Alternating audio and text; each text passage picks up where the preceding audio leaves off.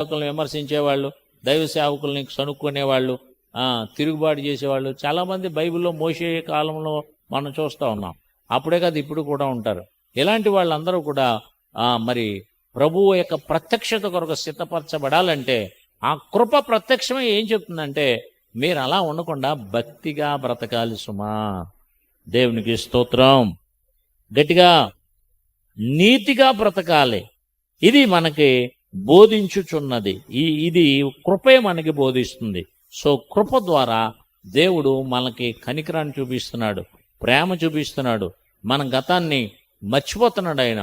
నేను నీ అతిక్రమాల్ని తుడిచివేయుచున్నాను, నీ గతంలో చేసిన తప్పుదలన్నీ కూడా నేను తుడిచివేస్తున్నాను, నువ్వు ఒప్పుకున్నావు కాబట్టి నేను క్షమిస్తున్నాను. బట్ ఇప్పుడు నువ్వు ఎలా ఉండాలంటే ఎలా బ్రతకాలి? ఎంతో నీతిగా బ్రతకాలి, ఎంతో భక్తితో బ్రతకాలి, ఇంకా భక్తిహీనతను విడిచిపెట్టాలి.